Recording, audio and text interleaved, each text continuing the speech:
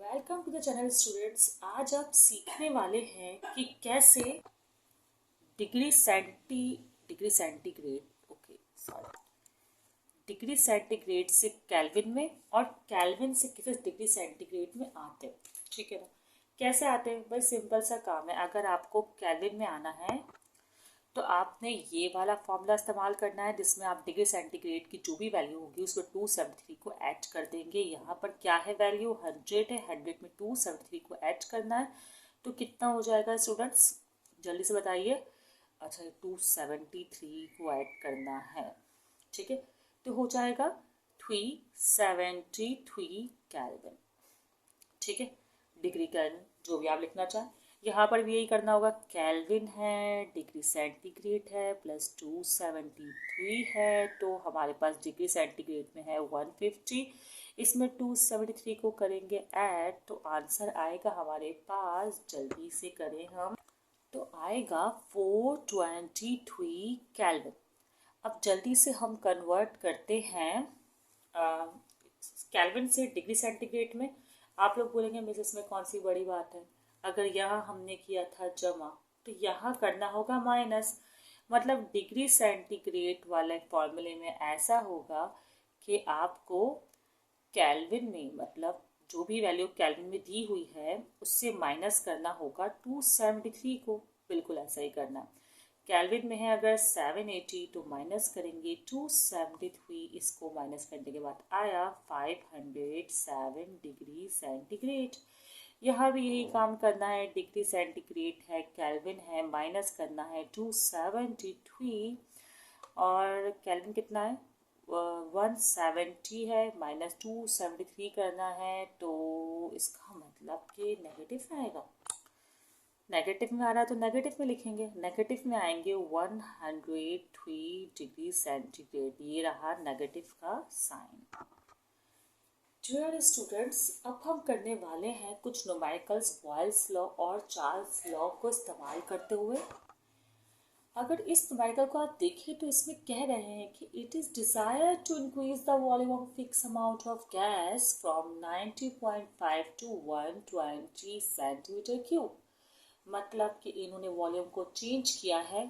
पहला वॉल्यूम जो भी था वो है, जो भी था क्या दिया हुआ है 90.5 सेंटीमीटर क्यूब, और फिर वो वॉल्यूम चेंज कर दिया इन्होंने बिला वजह, नहीं होगी कोई ना कोई वजह, लेकिन चेंज कर दिया 120 centimetre cube while holding the pressure constant. मतलब इन्होंने इस तरह वॉल्यूम को चेंज किया है कि प्रेशर कांस्टेंट है। इसका मतलब टेम्परेचर के साथ छेड़छाड़ी की होगी इन्होंने। तो वही यहाँ पे कह रहे हैं कि what would be the final temperature. Final temperature हमें मालूम करना तो किरण T2 होगा, जो वॉल्यूम 2 को चेंज करने के बाद आया होगा। सही, इसलिए T2 बोला उसको, T2। और T1 जो है वो हमारे पास दिया हुआ है 33 डिग्री सेंटीग्रेड। इसमें कौन सा लॉ लग रहा है भाई? टेम्परेचर और वॉल्यूम इन्वॉल्व है तो चार्ल्स लॉ लग रहा है। अब आप लोगों ने लिख लिया सॉल्यूशन। यहाँ पे लिखें बाय यूजिंग चार्ल्स लॉ। ठीक है, चार्ल्स लॉ यूज़ करने का मकसद क्या है? मकसद है इसका फॉर्मूला, स्पेलिंग क्या है चार्ल्स लॉ की? यही होगी यकीनन। तो उसका फॉर्मूला क्या होता है? इसका फॉर्मूला होता है V1 T1 V2 T2। अब हमें मालूम करना है T2, तो अरेंजमेंट करेंगे इस हिसाब से। पहले अरेंजमेंट नहीं कर रहे, पहले तो मैं वैल्यूज को पुट करूँगी। V1 हमारे पास मासूम सा दिया हुआ है 90.5, T1 है हमारे पास 33 डिग्री सेंटीग्रेड। लेकिन क्या हम सेंटीग्रेड में से पुट करेंगे? नहीं। चार्ल्स लॉ बॉयल्स लॉ जो भी लॉ आप इस्तेमाल कर रहे हो उसमें आपने टेम्परेचर जो है वो केल्विन में कन्वर्ट करना है। केल्विन में कन्वर्ट करने का तरीका मैंने आपको सिखा दिया था कि आपको बस 273 ऐड कर देना है और वो केल्विन में आ जाएगा।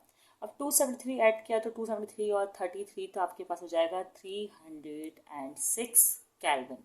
अब हाँ, अब आप यहाँ इसको पुट कर सकते हैं 306 को।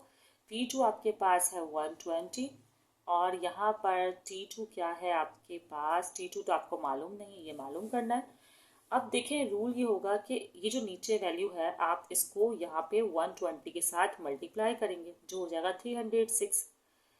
अब इसको और इसको एक्सचेंज कर देंगे, मतलब T2 को आपने वहाँ शिफ्ट कर दिया और ये यहाँ पर आ गया डिनोमिनेटर में।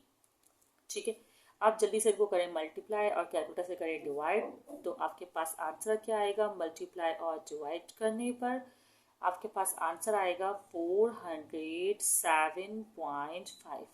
इसका यूनिट क्या होगा? आपने केल्विन में टेम्परेचर को पुट किया था, केल्विन ही यूनिट होगा।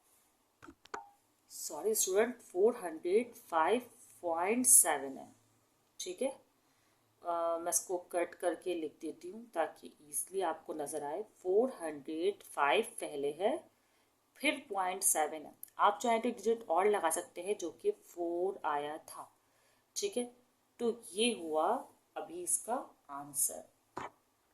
और अगर स्टूडेंट वो कहते हैं कि टेम्परेचर को डिग्री सेंटीग्रेड में मालूम करें तो आप इसमें से 273 को माइनस कर देंगे तो डिग्री सेंटीग्रेड में आ जाएगा, लेकिन अभी इन्होंने ऐसा कुछ कहा नहीं है।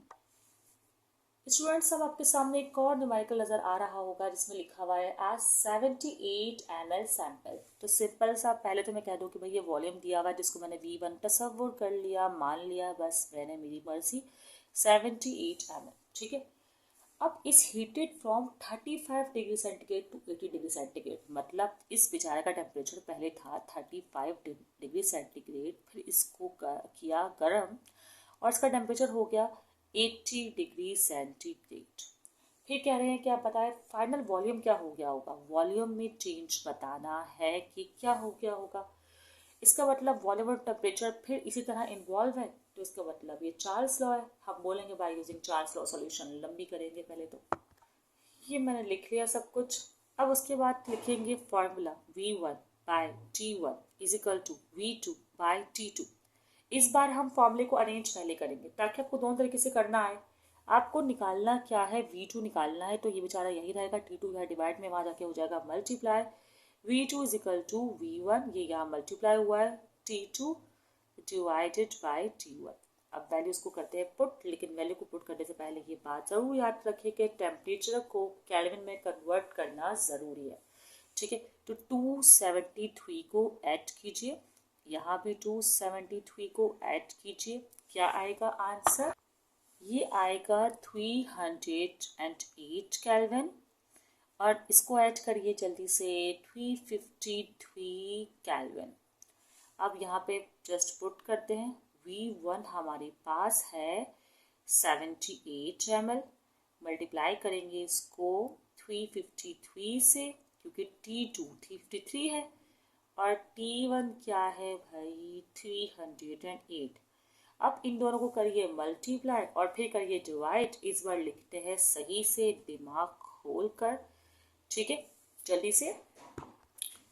तो आंसर आया हमारे पास 89.39 ml। स्टूडेंट्स, अब हम करने वाले हैं थर्ड क्वेश्चन, और थर्ड क्वेश्चन आपके सामने है, थर्ड नहीं है बल्कि फोर्थ क्वेश्चन है। फोर्थ क्वेश्चन आपके सामने है, a gas occupies a volume of 40 decimetre cube. एक गैस है जिसने 40 डेसीमीटर क्यूब वॉल्यूम ऑक्यूपाई किया हुआ है, तो इसका V1 तो आप लोग 40 डेसीमीटर क्यूब जल्दी से लिख लीजिए। ओके, और क्या बोल रहा है? और बोल रहे हैं कि टेम्परेचर जो है वो स्टैंडर्ड है 0 डिग्री सेंटीग्रेड, उसके अलावा अनचेंज भी है टेम्परेचर। सवाल में अगर आप गौर करें, फिलहाल तो आप देखिएगा प्रेशर आपको दिया हुआ है 1 atm, और उसके बाद प्रेशर को कर दिया है चेंज जो कि हो गया है 3 atm। सवाल में देखिए क्या बोला, when pressure is increase to 3 atm और टेम्परेचर अनचेंज है और न्यू वॉल्यूम मालूम करने को कह रहे हैं, तो इस बार अब चार्ल्स लॉ नहीं लग रहा, अब लग रहा है बॉयल्स लॉ। अब चलिए अप्लाई करते हैं बॉयल्स लॉ। ठीक है, बॉयल्स लॉ में क्या होता है कि टेम्परेचर कांस्टेंट तो से उड़ा देंगे और आपका फॉर्मूला बन जाएगा new P1 V1 is equal to P2 V2। ठीक है, अच्छा P1 आपके पास 1 है, V1 आपके पास 40 है, 0.0 लिखें ना लिखें एक ही बात है, और P2 आपके पास 3 atm है और V2 आपको मालूम नहीं।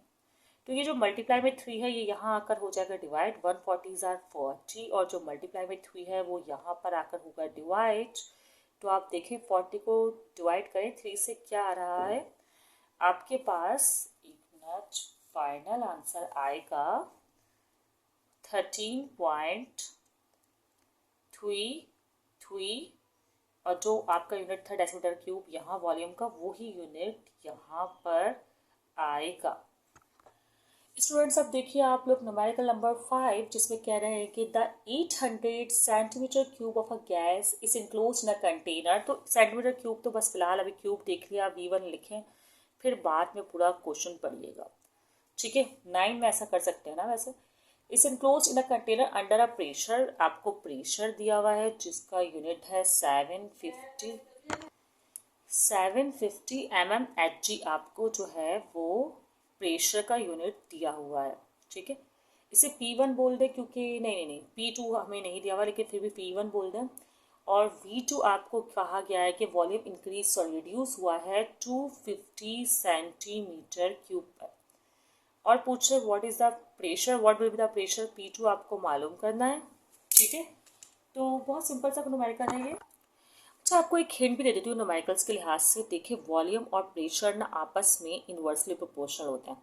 मतलब अगर प्रेशर वॉल्यूम जो है कम कर रहे हैं तो प्रेशर ने बढ़ना ही बढ़ना है, तो प्रेशर का आंसर ज़्यादा आना चाहिए। अगर कोई गड़बड़ हो रही होगी तो यकीनन आपको दिख जाएगा।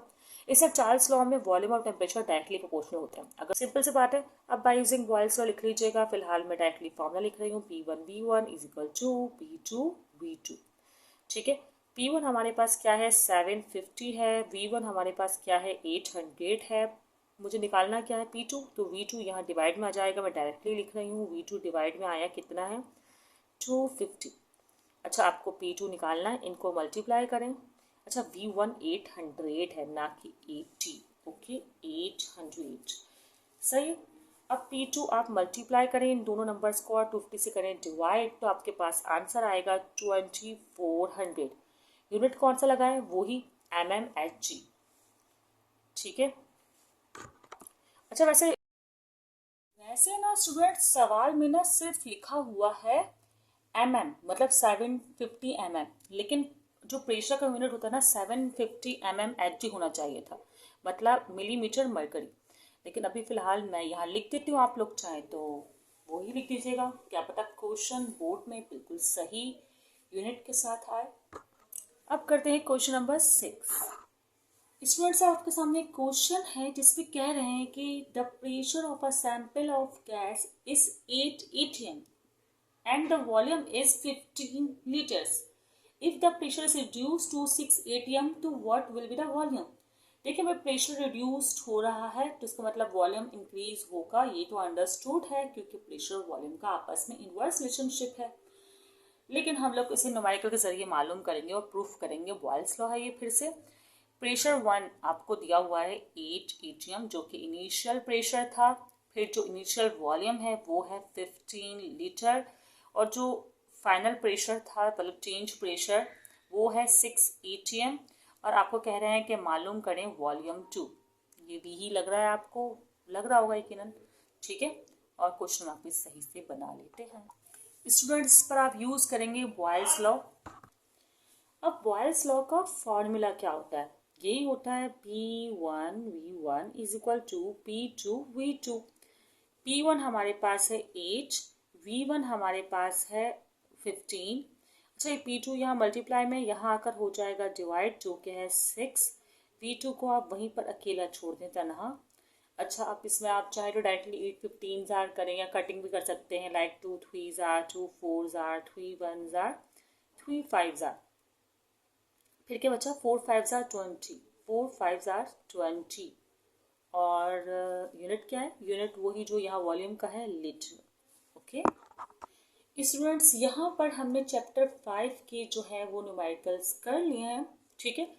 बहुत जल्द हम बाकी और चैप्टर्स के न्यूमेरिकल्स भी करेंगे। बाकी आपको पता होगा क्लास 9 फिजिक्स के तमाम चैप्टर्स के न्यूमेरिकल्स जो है वो ऑलरेडी चैनल पर अपलोडेड हैं, आप लोग वहाँ पर सीख सकते हैं। प्लेलिस्ट में आपको इसलिए मिल जाएगा, मैथ्स भी मिल जाएगा, और मैट्रिक क्लास तो पूरी मिल जाएगी, physics chemistry maths numericals and questions, ठीक है। दुआ में याद रखिएगा स्टूडेंट्स। Best of luck.